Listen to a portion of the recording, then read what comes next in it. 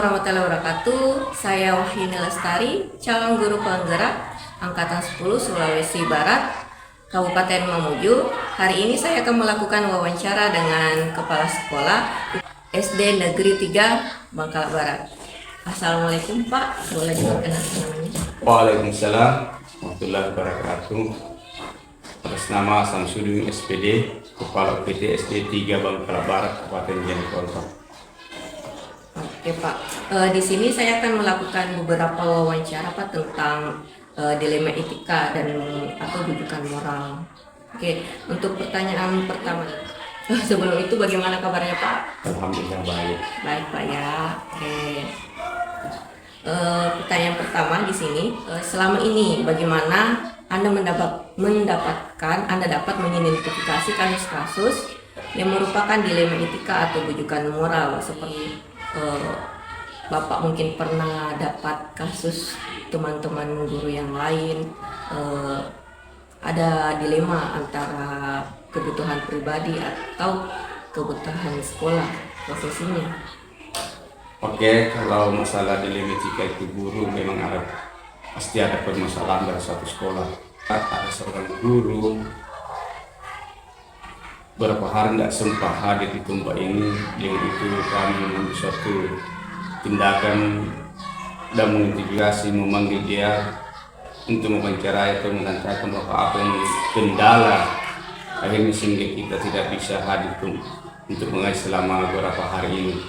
Akhirnya dia mengungkapkan apa kendalanya, akhirnya saya memahami dan memberikan penjelasan tentang itu sehingga dia sangat paham dan mengerti. Saya juga memberikan motivasi bagaimana untuk cara ke depan hingga tidak terjadi seperti itu lagi. Alhamdulillah, karena sesudah kami asosiasi, alhamdulillah sudah berjalan dengan lancar dengan kegiatan ini dengan proses belajar mengajar. Alhamdulillah. Berarti Pak di sini beliau ini mengalami kendala sering tidak masuk mengajar Pak. Iya. Karena masalah ekonomi Pak ya. Jadi dia mencari di luar tambahannya.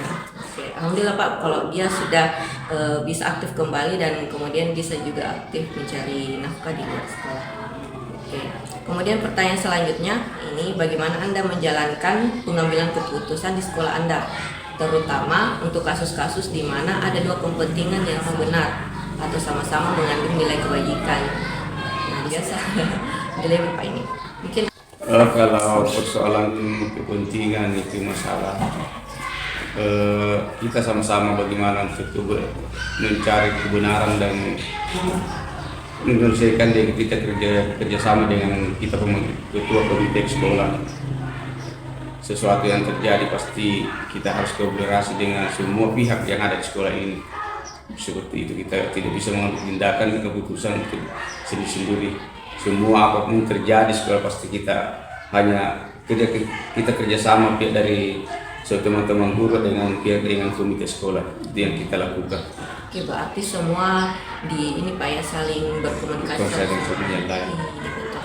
Kemudian Pak, langkah-langkah seperti apa yang biasa Anda lakukan selama ini untuk menyelesaikan jika ada masalah? Langkah-langkah pertama itu yang saya katakan tadi, misalkan ada persoalan baik siswa yang terjadi di siswa ini, kan biasanya siswa juga kita paham bahwa anak-anak itu bertengkar atau berkelahi biasa juga dicampur tangan oleh orang tua. Maka dengan itu kita berikan sebagai wali kelasnya untuk memberikan pemanggilan orang tua siswa, dengan kita juga panggil ketua komite untuk bagaimana penyelesaiannya, dengan kita selesaikan dengan bersama secara baik-baik dengan kebijakan ke dalam. Seperti itu kita semua dua belah pihak kita panggil untuk mewawancarai bagaimana kebenaran persoalan itu sehingga kita bisa alhamdulillah bisa kita capai kerjasama dan kedamaian. Pertanyaan selanjutnya, hal-hal apa saja yang selama ini yang Anda anggap efektif dalam pengambilan keputusan pada kasus-kasus dilema etika? Kalau pengambilan keputusan dengan efektif itu yang saya katakan bahwa kapan ada persoalan pasti kita semua harus terlibat di dalam pihak sekolah, baik ke guru kelas maupun termasuk masyarakat yang dia sudah masalah atau orang tua siswa, maka yang ini keputusan bisa kita juga eh, meng- mengundang sebagai pengawas sekolah untuk bagaimana ke depan ini tidak terjadi seperti itu lagi, karena kita harus koordinasi dan kooperasi semua pihak untuk menyelesaikan masalah yang ada di sekolah kami. Oke, berarti semua dilibatkan Pak Iya. Yono. Oke. Oke, pertanyaan selanjutnya Pak. Hal saja yang selama ini merupakan tantangan dalam pengambilan keputusan pada kasus-kasus dilema etika. Apa tantangannya? Kalau tantangan saat itu yang terjadi biasa terhadap siswa itu adalah campur tangannya orang tua siswa. Tapi kita bahwa dipahami bahwa siswa itu dengan orang tua siswa itu selalu dia tidak memahami bagaimana kondisi anak di sekolah. Cuma dia mendengarkan apa laporan anaknya sampai di rumah kalau apabila ada terjadi kesalahpahaman antara teman-temannya di sekolah. Jadi biasa campur tangan dengan semua siswa itu biasa mau bertengkar antara orang tua siswa dalam hal ini untuk menyelesaikan masalahnya, sehingga kita ingin di sekolah kalau memang sudah ada laporan dari orang siswa atau wali kelas, maka kita mengambil keputusan bagaimana mengidentifikasi, dijajaki dulu apa kasusnya, dan ini kita panggil kedua belah pihak satu persatu. Kalau bisa kita berikan suatu pemanggilan dulu, dijadwalkan ke pihak yang satu dan pihak yang dua untuk menyelesaikan masalahnya. Kita lihat juga apa kasus yang terjadi, yang mana yang benar yang salah, tapi semuanya kita libatkan semua yang di pihak sekolah, dan kita tidak boleh tidak terlupakan ke komite sekolah untuk menyelesaikan seluruh masalah. Bisa juga kita libatkan tokoh masyarakat yang bisa untuk mencari keputusan ini. Berarti tantangannya itu orang tua sering sekali Iya, ikut campur orang tua biasa kalau ada yang terjadi di sekolah anaknya.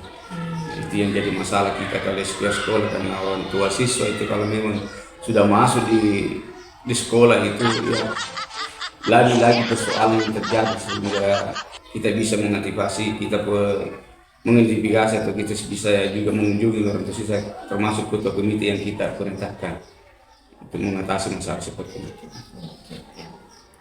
Kemudian Pak, pertanyaan selanjutnya, Anda memiliki sebuah tata kala atau jadwal tertentu dalam sebuah penyelesaian kasus dilema etika. Apakah Anda langsung menyelesaikan di tempat atau sebuah jadwal untuk menyelesaikannya? Bentuk atau prosedur seperti apa yang Anda jalankan? Kalau persoalannya tergantung dari persoalan. Kalau memang persoalannya sangat berat, sampai dikatakan bahwa kalau sudah dicampurkan persoalan siswa ini dengan ada campur tangannya orang tua siswa, maka kita berikan jadwal pemanggilan orang tua siswa itu, karena kapan kita bersamaan biasa terjadi yang tidak kita inginkan. Kalau bersamaan kita masih masalah, sehingga kita butuh penjadwalan untuk dipanggil atau kita kunjungi di masing-masing di tempatnya sendiri.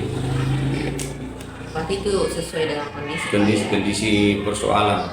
Kalau memang persoalannya bisa kita selesaikan saja di sekolah atau sampai sama gurunya saja kita selesaikan masalahnya.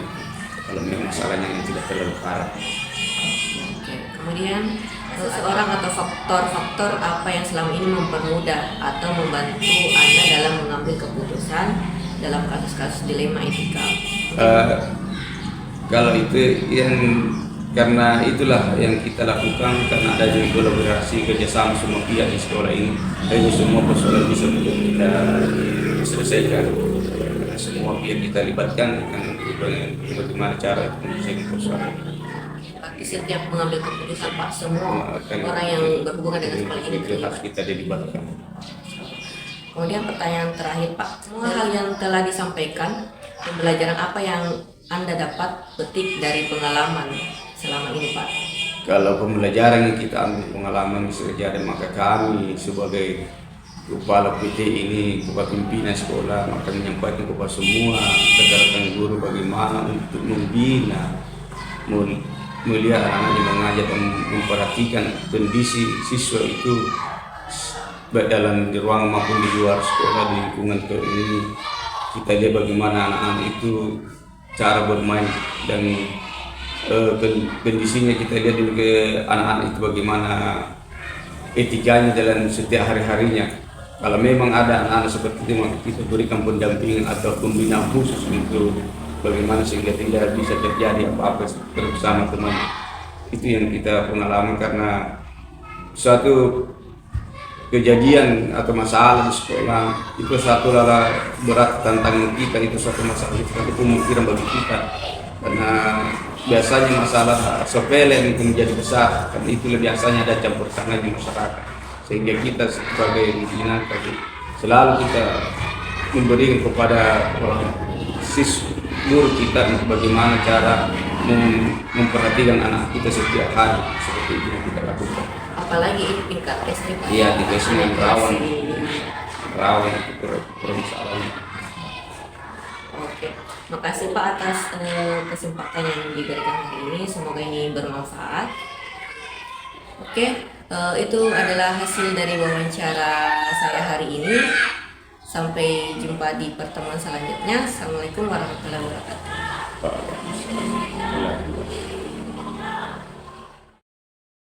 Assalamualaikum warahmatullahi wabarakatuh. Waalaikumsalam warahmatullahi wabarakatuh.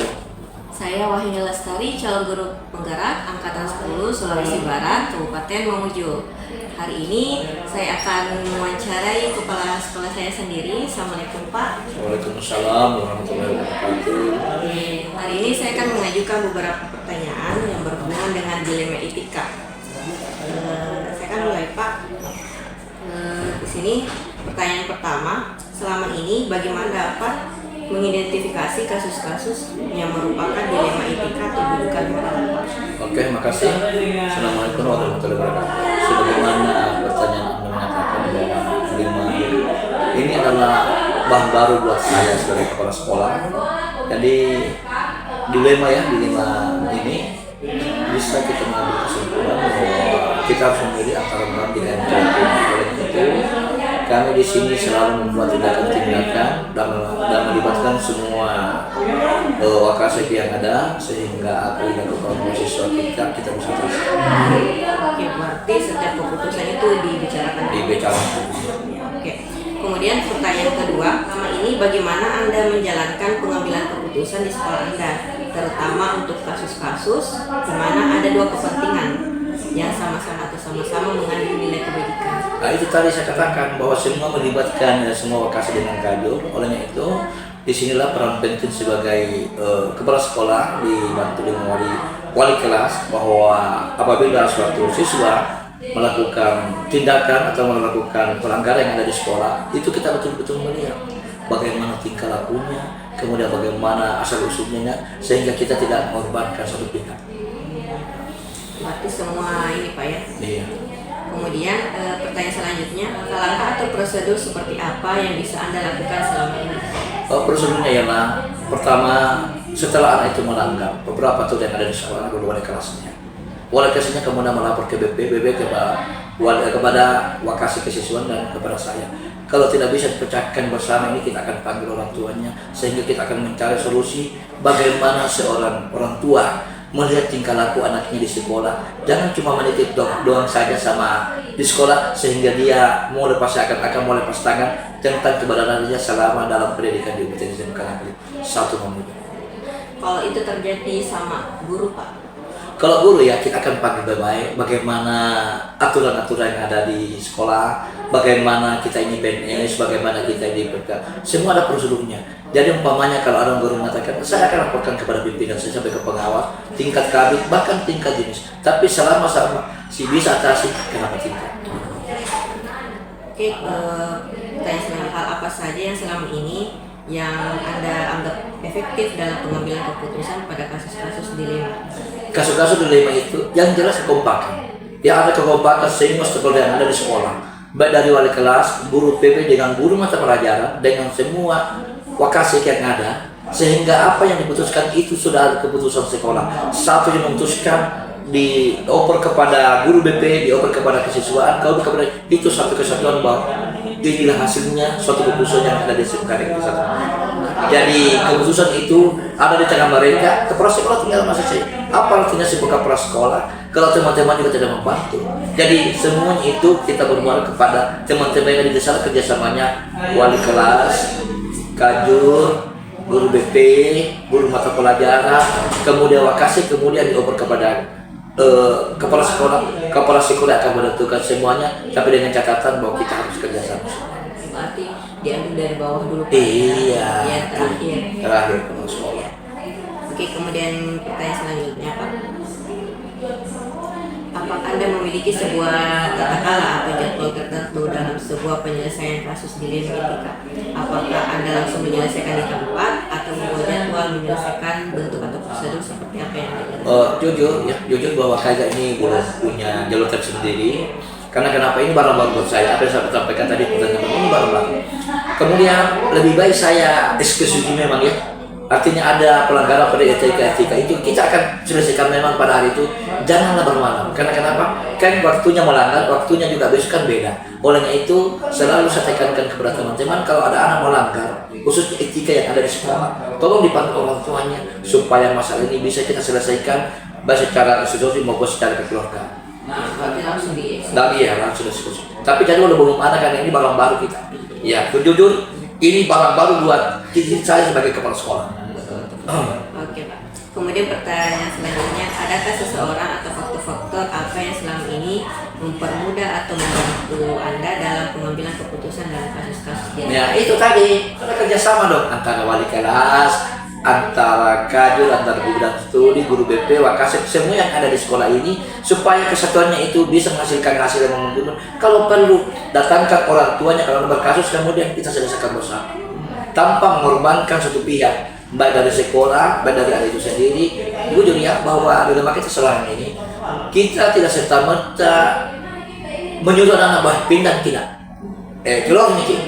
Itu kita masih penting dengan aturan yang ada bahwa program gubernur itu program nasional bahwa kita itu anak-anak itu bagaimana supaya dia tidak putus sekolah. Jadi jangankan putus sekolah, anak-anak yang tidak sekolah itu harus dikembalikan ke sekolah sehingga apa yang terjadi supaya tingkat pemahaman tentang pendidikan di Sumbar ini bisa meningkat. Amin. Oke Pak, pertanyaan terakhir, dari semua hal yang telah disampaikan, pelajaran apa yang Anda dapat petik dari pengalaman pengambilan keputusan? Pengambilan keputusan pengalaman yang bisa saya petik. Pertama, tanpa kerjasama otomatis akan berjalan pincang di sekolah itu, khususnya menangani anak. Jujur, ini baru 3 minggu anak-anak itu belajar. Betapa banyaknya pelanggaran-pelanggaran yang dilakukan oleh kelas. Bukan kelas 12, bukan kelas, tapi kelas 10 anak-anak yang masuk. Itu dalam kelas kita. Bahkan ada saja anak-anak yang berani merokok dalam lingkungan sekolah, kelas 10 lagi. Jadi olehnya itu kita tidak bisa mempersalahkan siapa-siapa. Dan jelasnya itulah tugas kita sebagai guru, khususnya tanggung jawab sebagai kepala sekolah. Bagaimana caranya supaya anak ini kita tekan kenakalannya supaya nanti bisa kita kita arahkan lebih bagus lagi. Oke, itu adalah hasil wawancara hari ini.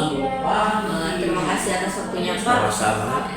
Saya akhiri untuk hari ini. Assalamualaikum warahmatullahi wabarakatuh. Waalaikumsalam. Terima kasih Pak. Bulatkan tekad, kuatkan hati, negeri ini memanggilmu kawan. Belajar, bergerak, berbagi untuk negeri, guru penggerak majukan pendidikan. Guru penggerak menghamba pada murid, kreatif rancang pembelajaran. Hargai potensi, tingkatkan prestasi, lahirkan profil pelajar Pancasila. Belajar, bergerak, berbagi untuk negeri, kita menjalin kolaborasi. Belajar, bergerak, berbagi untuk negeri, demi bakti pada Ibu Pertiwi.